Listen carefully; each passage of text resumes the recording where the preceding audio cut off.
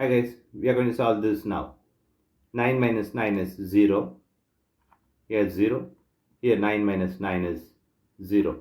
Now 0 multiplied 0 is 0. This is wrong.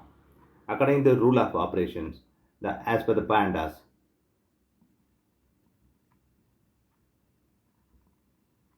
we are going to follow this. Multiplication and divisions are same priority, as well as additions, subtractions are same priority.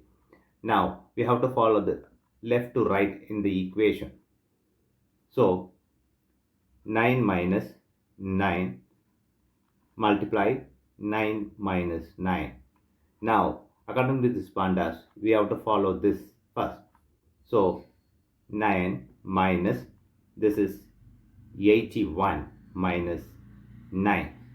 Now here we have addition and subtractions, so we have to follow left to right.